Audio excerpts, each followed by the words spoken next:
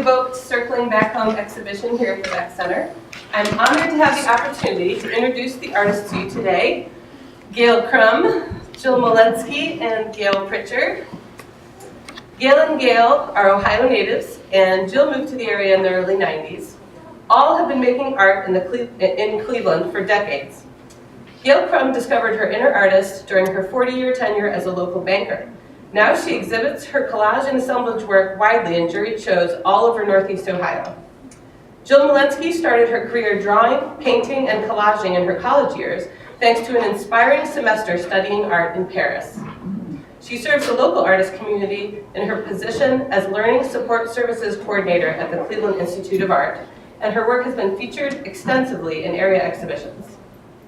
Gayle Pritchard credits her earliest elementary school art teachers for starting her down this artistic path. Her art quilt, collage, and assemblage work has been featured in a variety of local, national, and international shows. But how did these women connect? How did this cohesive show come to be?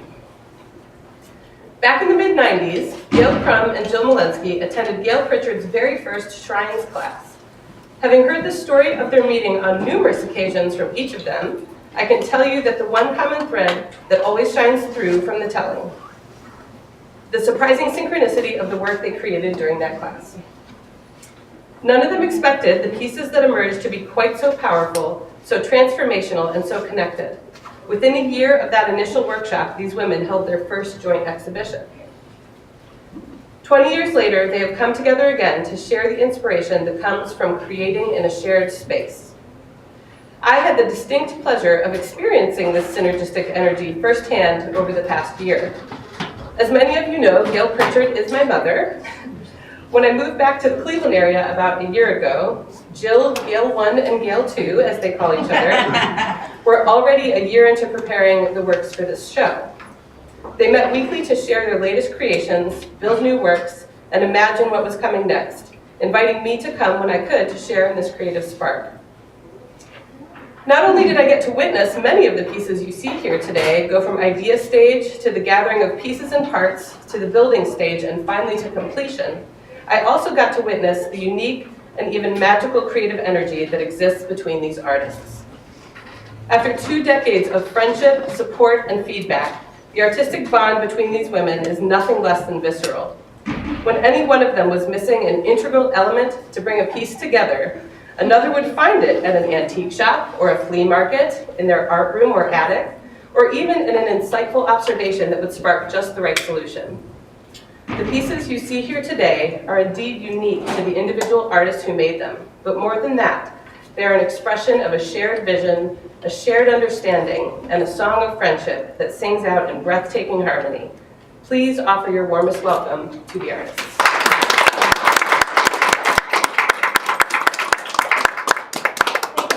Thanks so much, Haley, and thanks to all of you for coming. Our show is one of dozens around the city for Women's History Month, and we specifically chose this time period to have the show for that reason, because we wanted to be part of the larger thing that's going on in the city too as well. It's exciting. It's a rare opportunity for any artist to be in an exhibition where you have this much work of your own that you can show a body of work all at the same time.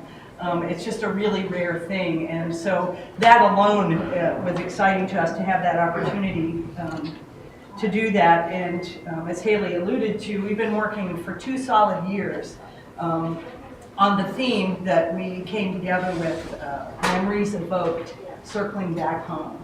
So it was about our shared aesthetic, the things that draw us to make art in the first place.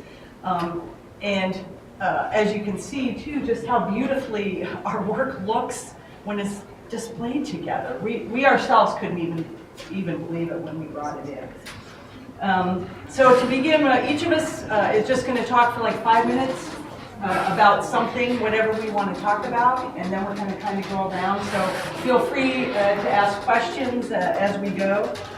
For me, because I'm also a writer, the process that I use starts with marks and words. And I'll point out on some of the pieces how that happens.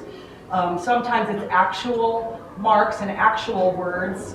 Sometimes it's marks and words in my journal while I'm thinking through an idea. A lot of times it's an idea that hasn't dropped down from the ether yet where I can pull the thread, but I start exploring it in my journal and it comes out of my writing. And equally often, I wake up and there it is. I have had a dream of a completed art piece that I haven't made yet, and I make a note of it, and there it is. And I have some of that to show you as well. When I show up to work in my studio, again, I'm making marks sometimes with my hands and sometimes not. I want to show you a couple examples. First of all, I brought one of my favorite journals just to lay here. If you feel free to look through it, you can kind of see some people keep their things separate. I just put everything all in one, and then when I run out of space, I started for one. So there's all kinds of weird stuff in there. Feel free to look. But I wanted to show you, in particular, a series. We're working on this house theme, and I wanted to show you, this is the journal entry I made about the piece. Marnie, this is now your piece. And then later I put a picture of it in after it was done, years later after I finished it. But this piece, which I'd like to show you down here, starts off again with the marks. In this case, the marks are made on the piece itself. And you can also see the words. I often have to start a piece by making marks that you will never see. On the back of Pink House, for example, it's covered with writing before I put the collage papers down. You'll never know what it says under there. But I need that to start. So with this piece, I have my marks and my drawing. I have my writing about that piece. And this is an example of that. While I was working on this series, I went to visit my daughter, Gayle, while she still lived in North Carolina. We were in a writing group together at the time. And one of the exercises for our writing group was I picked to do what's called a mind map. And so this is a mind map where you start with the word and then you chain off of it ideas. Again, I was doing this for a writing group that I belong to create a story.